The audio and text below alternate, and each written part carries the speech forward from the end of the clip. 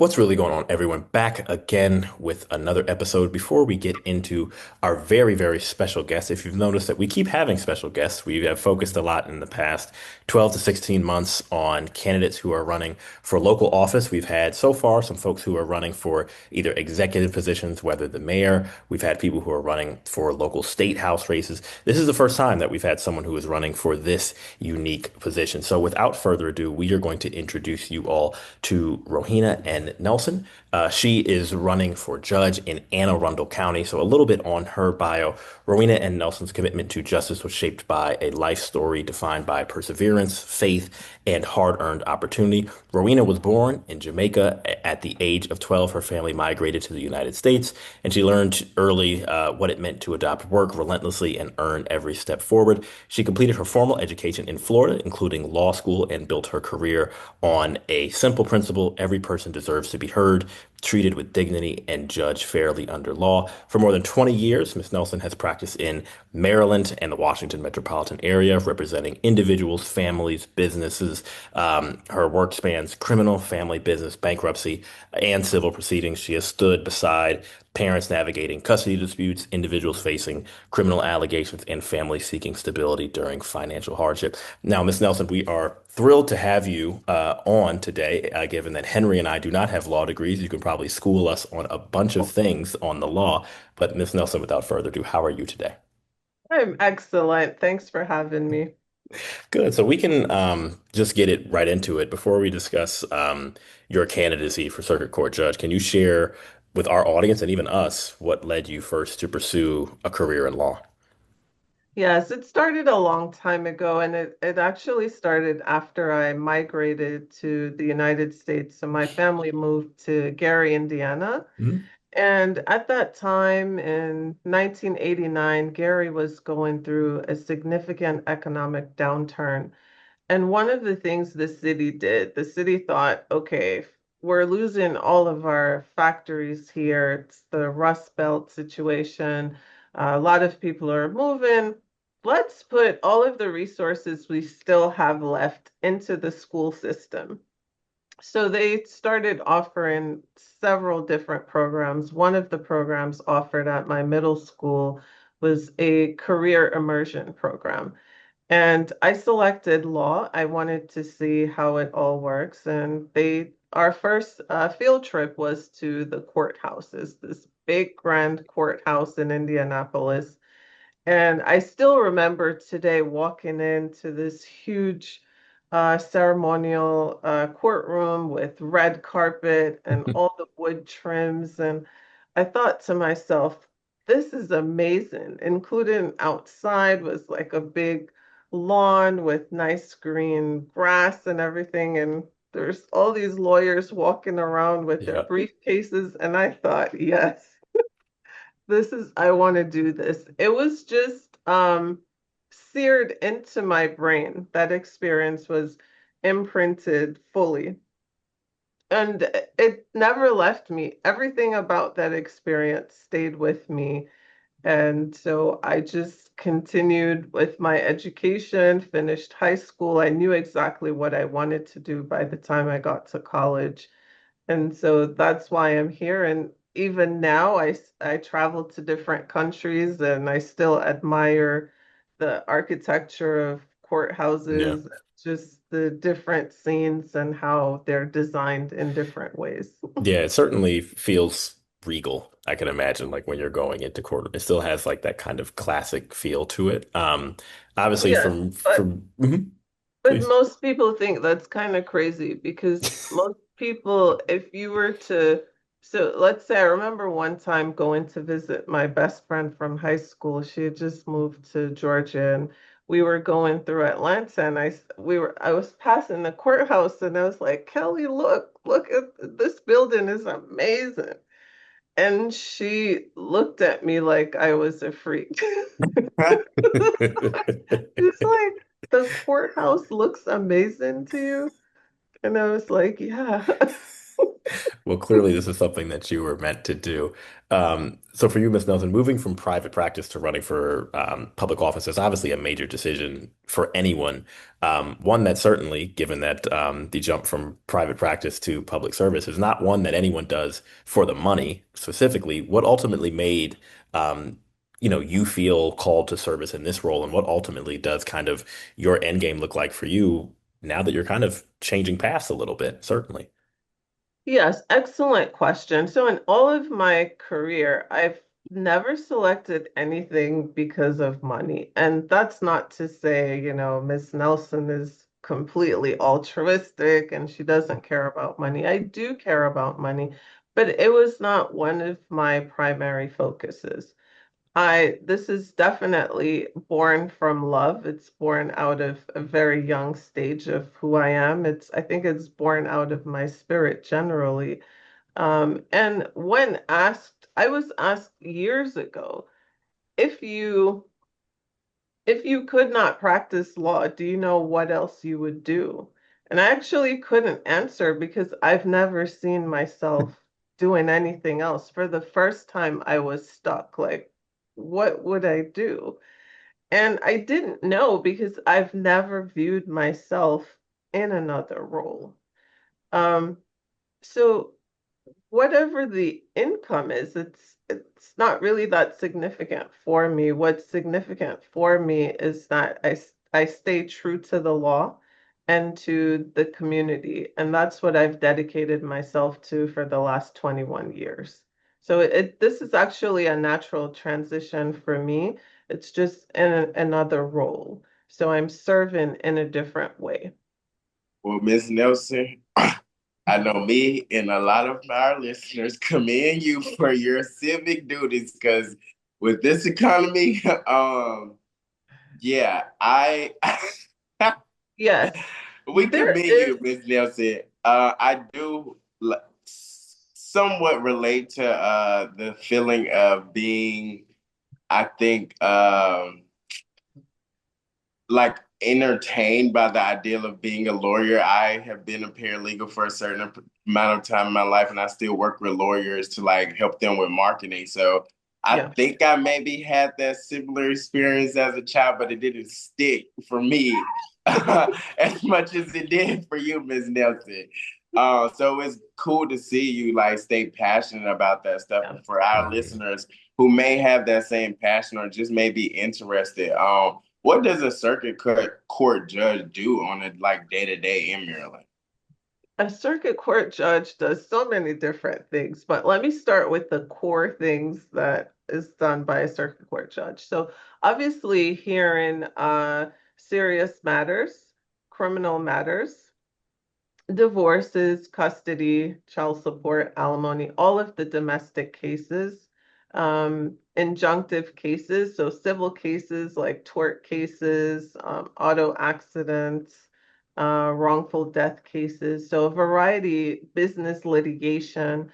These are all of the case types that a circuit court judge would sit on: criminal trials, bench trials, motions hearings, settlement conferences. And also, a circuit court judge is responsible for training at times, and that's to the community and also to the legal profession. Yeah, and I think one thing to highlight, I think just on the campaign trail, when we've been looking at all of your, statements and everything that you've put out, one thing that you've emphasized a lot is obviously justice and fairness for Anne Arundel County residents. What does that actually look like in practice on the bench? I know there's one thing to kind of say, hey, here's what I want to do. What does that actually look like from your unique position, especially given that so many people, like Henry was saying, they don't know what you do every day. So what does that look like in Yes, actual application? I think what people should know is that the lower court judges are actually on the front line, because in the lower courts is where the judges are hearing cases involving civil liberties, due process, and also maintaining public safety. So if I were to sum it up into three areas, those are all that's where you would put all of the cases. So if you were to say, well, in which one of those boxes would you put the criminal cases? Okay, that's actually all of those boxes: civil Hmm. liberty, due process, public safety. But um, the circuit court judges are making sure all of these things are dealt with on a daily basis. They're seeing a wide variety of cases, and those are the same cases that's really keeping things tied together for the community and for the public. And with making these decisions, how do you balance empathy and compassion, especially when you may, well, not even may, you're not supposed to like input your own biasness in these decision making? Yes, usually everyone loves to ask that question. It's a great question because you're wondering, okay, if when something really emotional comes into the courtroom, do you just, as the judge, sit there and say, you know what, I've made my decision. This guy ran over a 5-year-old, guilty. In your head, I'm done. I'm just going to sit here and listen, but I've made my decision already. So, yes, the human side of you will feel what's happening and how things are presented. If there are people in the well crying, victims. Um, However, if you've been practicing for a number of years, you're already used to dealing with some of this. Now that there's a transition and you're on the bench, your first duty is to the law. So you have to have some type of loyalty and fidelity to respecting the law and making sure that's what you're doing. And you're not bringing in your implicit biases. You're not looking at litigants in front of you or a defendant and making judgments and saying, okay, this guy, yeah, looking at his appearance, he has 1 million tattoos. I think he did it. You're not going to do that. You're not going to judge someone because of appearance, race, or any other category that society might place that individual in. So you have to stay true to what you're there to do. And then, of course, apply what you've heard. You need to hear everyone out, listen to, if it's a criminal case, listen to the state at the time the defendant is putting on his or her case, or maybe they choose not to testify. And if they do so, you're not going to make any inferences from that. Okay, they're not testifying, they must be hiding something. You're not going to make any assessments, but just to be true to what's presented to you. When it comes to the emotional side, fine, we're doing everything, we're being robotic, we're applying the facts to the law, but there are people in the courtroom. There's a way to address them and explain why you've come to a certain decision, that you've heard the facts, that you understand the injuries that have occurred, if it's a case involving injury or a criminal case where a victim may have been severely um, harmed, abused, or whatever might have occurred. But you can explain so people can acknowledge that you've listened, you understand what's happening, you you feel, empathy for the people in the courtroom and what they've experienced, but understanding all of this is the decision that you have to come to. A circuit court judge is not there to change the law. That's not our role at all. We're there to interpret it and make decisions based on what's there at the time. No, I love that. And I You can think, you can be respectful at the same time, so litigants will understand that you've heard them. If there's a severe domestic violence happening, I've seen victims with a busted eardrum. And what the best judge will do, that could be a case where the prosecutor agreed to some type of a diversion or plea agreement. Maybe the victim starts screaming and saying, "Oh my God, I can't believe they're doing this. Like, look at what happened to me." And maybe that's an instance where what I've seen the best judges do is to explain to the victim, like, the state can do this. I ultimately have the ability to accept or reject disagreement, but based on my assessment, I think it's appropriate and fair. I understand what you suffered. However, based on the conditions, if this person doesn't comply, understand if he comes back, he's going to get the full extent Go of ahead, what Henry. Oh, yeah. exactly of what the statute says. He's going to prison. So there's a way to address the emotional side, but still being still honoring the reason why you're there. No, I love that. And I think one thing that we always talk about on this podcast, and I think is the reason why we wanted to have you, and we've had so many other exciting people running for offices of all kind. Obviously, representation matters at every level of government, whether in the executive branch of the federal government, governorships, the legislature, and also on the bench.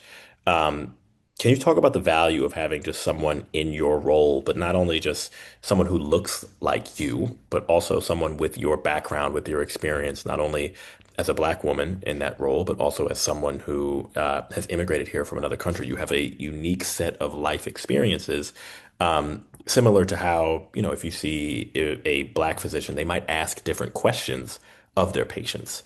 Are there certain things that you feel like, hey, my unique perspective allows me to ask different questions of the state or of a lawyer that someone without my perspective might not have? It's obviously just good to have you in that role, but what do you actually think to what Henry was talking about earlier, what is that actually day-to-day value in terms of how you're actually handling your courtroom in terms of based on your perspective? I love that question, actually, and thanks for asking. I believe what's unique about my qualifications, I majored, my bachelor's degree is in psychology. And when I finished my bachelor's, I already knew I wanted to go to law school, but I enjoyed my psychology degree in undergrad. I ended up doing a master's. So I was doing a dual program in law school. So I finished my master's in mental health Hmm. counseling Yeah. in the second year of law school. Um, what does this really helps me because here's the thing about court. A lot of times when litigants are in court, they're in court because of a major life event. Hmm. Same thing with corporations. Yeah. And when someone is having a major life event, guess what happens? It has an effect on their Yeah. mental health. So we all have mental health. It's just that Hmm. we're on a different spectrum. All right. So one person might be healthy, one person might be on the verge of snapping, and then the other person is already having a diagnosis. They're already bipolar, borderline, or some other Axis 1 diagnosis. With my experience, I have the ability to see what's happening mentally and emotionally with the litigant based on the different behaviors that they're exhibiting in the courtroom and also listening to the evidence of what's occurred previously. And I think this plays a critical role in also making a decision of what to do in the case. Because if, let's say, for instance, you have a litigant who is they have just lost a significant job. Now they're in front of you for a divorce. Before the merits trial, there was a criminal case between them and the same litigant. Hmm. So now they've had three separate traumas. Right. One of the decisions that you have to make is who has primary custody. Hmm. Now, with this person losing so many things before this one decision, I think this decision has to be very well thought out and also explained because this is a person who could just break. Hmm. So I believe, based on my training and background, plus the number of years that I've practiced, I've also practiced in the District of Columbia and the Commonwealth of Virginia. So I have the cross-border experience, and I understand how the courts, in and around us, how they make certain decisions. And sometimes we have litigants who are coming in from, or individuals who have just recently moved into Maryland, into Anne Arundel, who have come in from different places, DC, Virginia. So all of those things, I have the background that would allow me to make a rounded decision based on the wide experience that I come with. Like, how can that wise experience kind of like rebuild some trust that people have it with the legal system, especially how you mentioned the thought of like the mental health capacity of the legal system and let's say how long certain cases take to settle or get judgments, or especially with criminal cases where people are just sitting for certain amounts of time. How do you think that perspective can like rebuild trust with Arundel County and just neighboring communities across the country, and then especially the state of Maryland? Yes, I think sometimes um, individuals are not given the credit that they deserve. I think most litigants, even though they're not attorneys, they have, and even they may not have a college degree, but I think people generally understand if they're being treated fairly. They can tell. You don't need to have even a GED to know if you're being treated with respect, if you're being treated fairly. So I think individuals, my observation, I've seen all different backgrounds, educational levels, social economic status.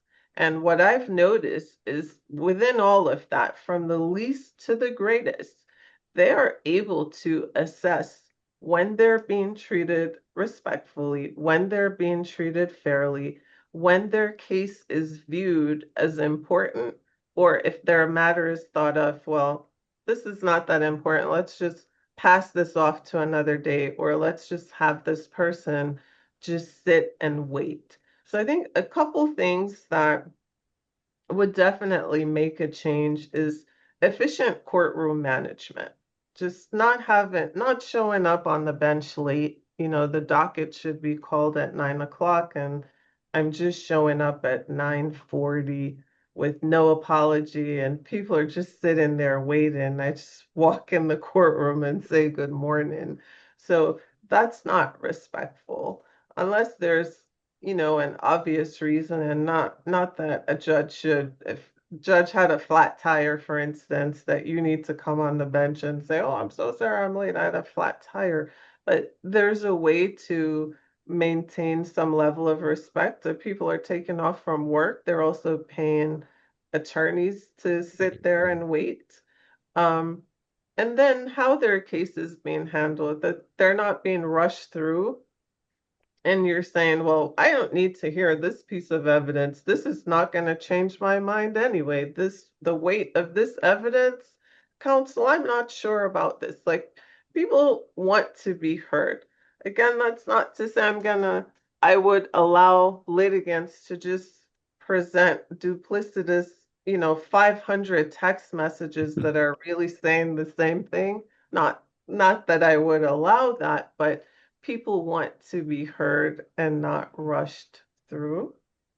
Um, so I think those things are important. It's just generally how it's a public service job.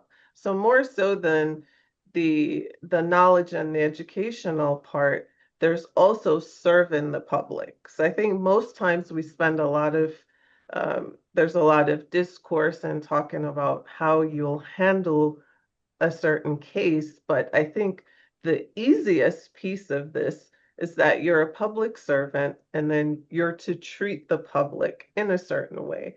That's crucial. It's critical and it ties into how you're ultimately going to make a decision.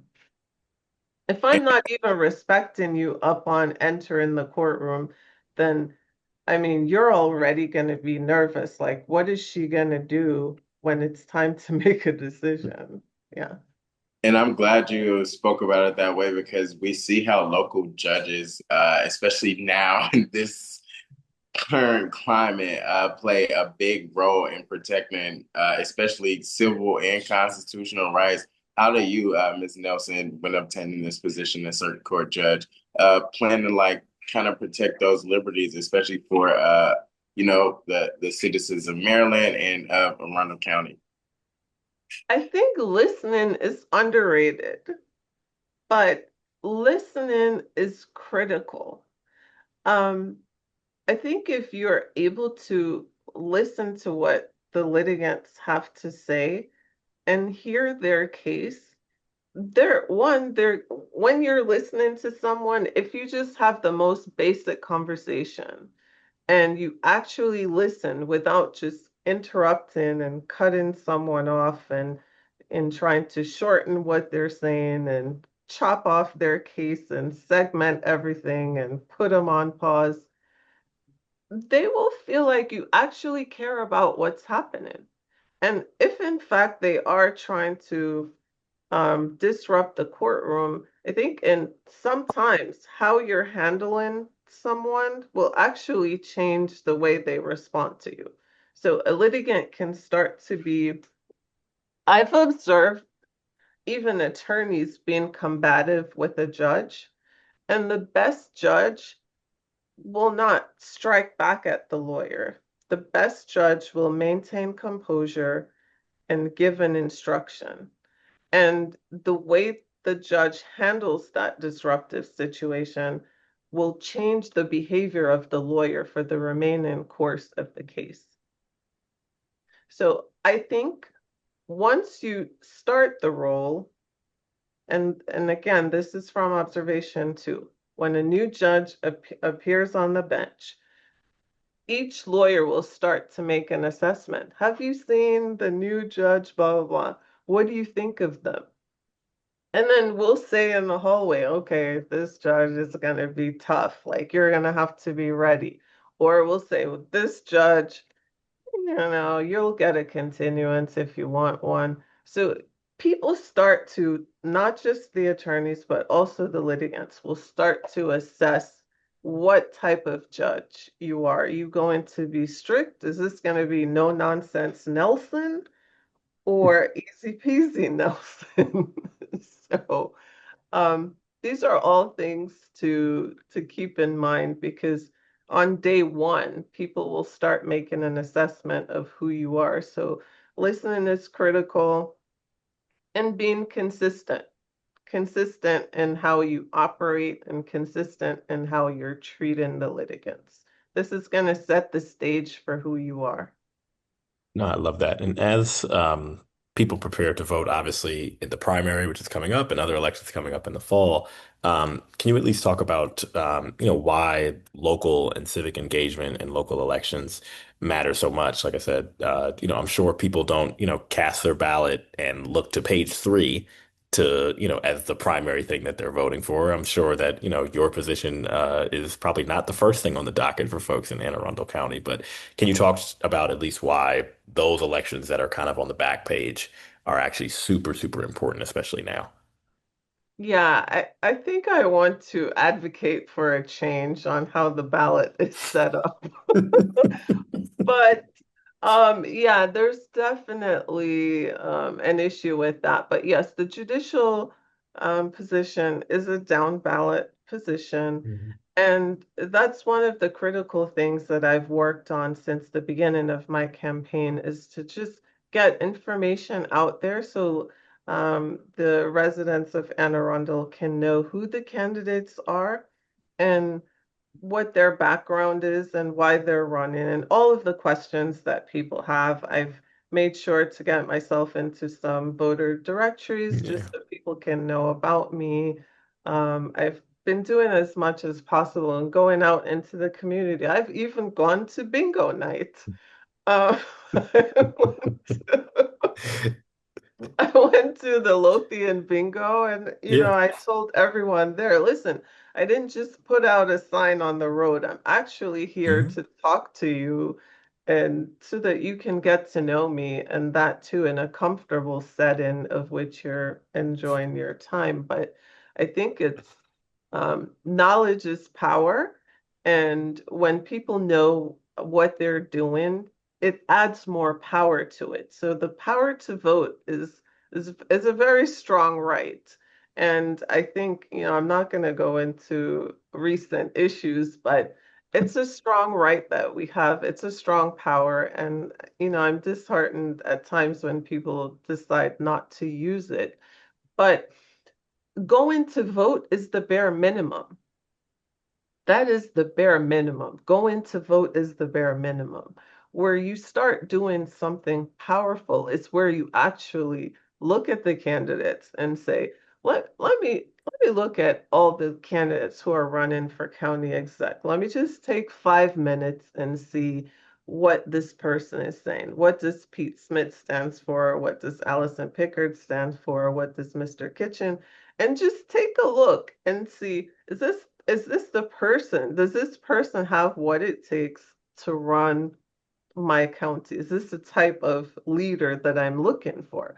Now you're actually exercising your vote. But if you're just going to vote, that's the bare minimum. Thanks for going, but I would like you to actually take 5 minutes and see who the judges are. So most times when people are relocating, they look at things like how much am I going to pay for property taxes? Are the schools good in this neighborhood? I Mm, want my children to go to the best schools. Is it safe? What about hospitals? It's that close by. Can I go shopping? So these are things that people look at. But I would suggest that when you're moving, you also want to look at the courts. That's important mm, too. What if one day you have to be in the court? Maybe mm, it's not for something bad. Maybe it's not a criminal case, but who knows? You could be in a car accident. Anything could happen. And a tree could fall on your neighbor's yard and they sue you because you should have cut mm. it down. Like you want to look at the judicial system as well. And I don't think that's on anyone's radar when someone's moving to Washington State. They're not checking out the courts. They're just looking at the housing prices. Right. Guilty. I'm I'm glad you mentioned the courts because here in Georgia, that was recently a lot of judges were recently on our ballot, and I don't think people, not even I don't think voter education is very much a problem and issue in the South, and like how ballots are set up. To your point, how judges are pushed further in the back rather than on the front, just certain little things that they do to kind of make it a little bit difficult for people to just understand the like municipalities of all of it. So as you're approaching this election and election that's coming up, what would success look like when you do win and become the circuit judge? Success would look like on a daily basis, ensuring that I get through my dockets efficiently, ensuring that when people are walking in the courtroom, they feel like I'm prepared. That's critical too. It's very embarrassing when you go for your hearing, and my clients have said this to me. You can tell if the judge is prepared. You can tell Yeah. because it's once you start moving through the case, if the judge doesn't even know that there are 3 kids in the divorce, um, it means you have not looked at the file. Like people can tell that. So there's that too. Preparation is important. It it causes the individual to feel like, okay, I'm paying my taxes. This person is actually doing their job. Now, if you just come out there and say, oh, I'm so sorry, they just passed me this file 2 days ago, the litigant doesn't care if you got it last night. You should have still read it. And they don't care if you had 20 other cases on your docket. That's where you need to use your law clerk, make sure someone at least gave you a skeleton outline so you know the basics at least. If you can't get to the whole meat of the file, at least know the basics so someone can feel like you've done something. But that's what success would look like. It would look like an efficient courtroom that's courtroom technology is being used. We're in 2026. There's no reason that judges shouldn't use some type of technology to help to organize their dockets and make things flow efficiently. So my mind is, it's 2026. I'm modern too. You know, I want to use some of the technology to make things flow. Um, and then being prepared and having people leave, even if they didn't get the outcome that they wanted, you know, two sides, it would take a rare case for the two sides to win at the same time. So Yeah. most times we understand one person is going to walk away unhappy. But I've seen cases where people did not get what they wanted, but they actually felt like the judge did the best they could. There's nothing else they could do. They were restrained by the facts and the circumstances. So I think that would be a good day. That's Yeah. beautiful to hear. And like something we like to do here on the podcast is kind of like ask a few fun questions before we wrap it up. If there was like one meal that could make you happy in the world, what is it? Considering you like were born somewhere else and you maybe were introduced to American cuisine, what does that like favorite meal look like? Okay, if you're asking a favorite meal altogether, that's going to be a Jamaican meal because, you know, after 12 years, that's pretty much your DNA. It's going to be difficult to change your taste buds. So that would be our national dish. It's ackee and saltfish. Mm, okay. Yeah. And I'll take the last kind of bits. Coffee or tea? Tea, 100% tea. Okay. I Spoken can have tea the whole day, actually. spoken like a true Jamaican woman. I love it. What is The your whole day, any season. what is your go-to song in the morning or before you're about to walk into the courtroom? What song do you always find yourself playing to kind of be your pump up song? Or when you're on the campaign trail before bingo night? I'm kind of boring. That's actually not fair because I don't have one song. Hmm. There's so many different songs, and I actually listen to a wide variety of music, surprisingly. So Yeah, I listen to reggae, of course. obviously. I listen to American music, and I also listen to some. I'm like a big Nirvana fan. Okay. I'm a huge Nirvana Yeah, fan. So, um. Yeah, so I would say, gosh, there's so much. I'll just give you a reggae, please. probably Drift. Okay. Yeah. I well, If I have to choose one from American, maybe Kanye's West Champion. oh, that's a good one. I like that. That I is a like good one. What is your favorite legal TV show, or do you avoid them altogether? I avoid them altogether because it's irritating because they're inaccurate. I can You know, I imagine. thought I had a law degree on the Yeah, low. yeah, I know. Yeah, Henry and I have watched a They're couple Law and they're Orders, and we got it. inaccurate.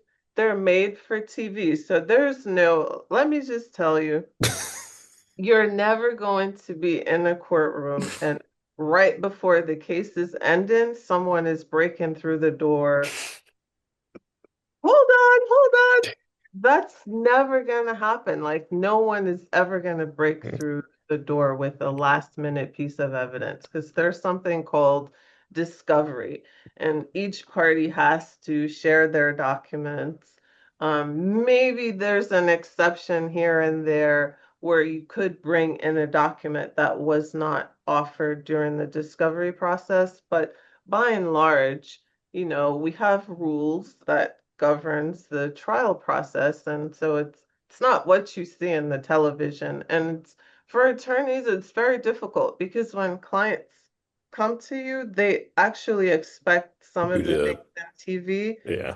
So if I was this week, I actually had a 2-day trial, and on day two, my client showed up with a whole set of documents that I've never seen before. And Like, I can't do anything obviously, with that. I think, did you give me these before? No, Yeah. sorry. It's like thanks for your dedication, but Can't do anything with that. What would you say is the biggest misconception about lawyers? That we're liars. It's a huge miss. I hear people say it all the time. Oh, you're a lawyer, you're just a paid liar. Funny enough, I don't know about you, No, Henry. I've actually never heard that ever.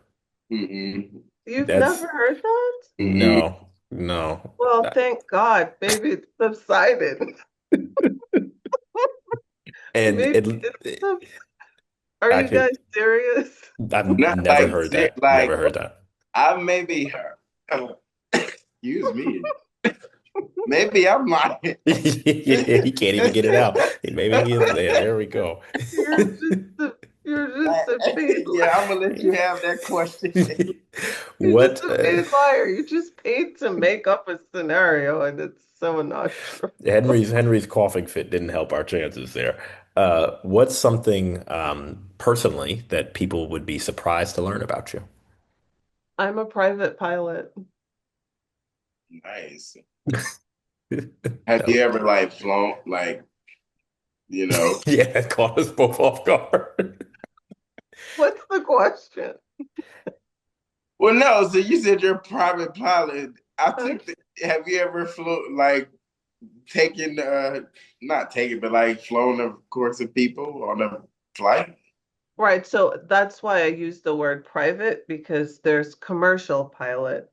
So when you're a private pilot, you could only carry um, up to like four individuals. Hmm, Yeah. Well, So you have have you? you can't if you want to carry passengers, you need your commercial commercial rated. license. Yeah. Oh, so Right. that like the So joke went over my head a little bit. okay. You had to break the meat down a little bit because I'm Yes, like, oh, if you can fly a plane. Hold on now. yeah, so if you want to carry, multiple passengers, you have to have a commercial rating. But even Got with you. Okay. your private pilot's license, you could still, if you wanted to fly with your daughter and Mhm. grandma or You grandma, could do grandpa, that. and your daughter, you could do Nice. that. Okay. Okay. Okay. What is your favorite restaurant in Anne Arundel County? Putting you on this. Pirates Cove. Okay. What type of food Pirates do they Cove. serve? It's general American food, but I love the food. Plus the location is amazing. It's on the water. Oh, well, I will now write that down. Pirates Cove. And the final Pirates Cove. question that we have something to, I think, show a little bit also more of yourself. If you had to pick for everyone in America or everyone in the world to read one book that is their required reading, what book would you recommend or demand everyone read? As a man think it. As a man think it, yeah. Who is that Um, by? James Allen. Okay, that's a good hmm one. Yeah, it's just the whole the whole point of that book is the way you think dictates who you are. Mm, So it's how you're conditioning yourself. So if you feel like if you keep telling yourself, I'm ugly or I'm not successful or I'm broke, internalize it. you're internalizing it. So it's shown on the outside. What you think you're hiding on the inside, people can see it on the outside. I think that is So, a I think that is a fantastic place to end. Now, Miss Nelson, before we close out, we will give you the floor for you to give your final pitch to our listeners on where they can follow you, the position that you're running for, any election dates that our local listeners in Maryland need to come up with. Miss Nelson, the floor is yes, yours. so for anyone who lives in the Anne Arundel County, or if you have friends or family in Anne Arundel County, early voting starts June 11th through June 18th, and then the primary day is June 23rd. To follow my campaign, go to www.electrowenanelson.com or follow me on Instagram at Rowena for Judge. All right. Well, Um, and for everyone, for a fair day in court, vote Nelson. there it is. Well, from us to you and all of our listeners, I think Henry and I could say, I think on this podcast, we have done probably a lot more listening, which I think is something that you have implored is a valuable trait as a judge. So thank you for passing that along to us. And you can be sure Oh, to follow us, and we will include all of the notes that Ms. Nelson brought up. Be sure to follow us wherever you are on social media at WRGO Pod. Be sure to like, listen, and subscribe wherever you listen to podcasts and on YouTube, where you could see our three faces in full. Thank you, and until next time.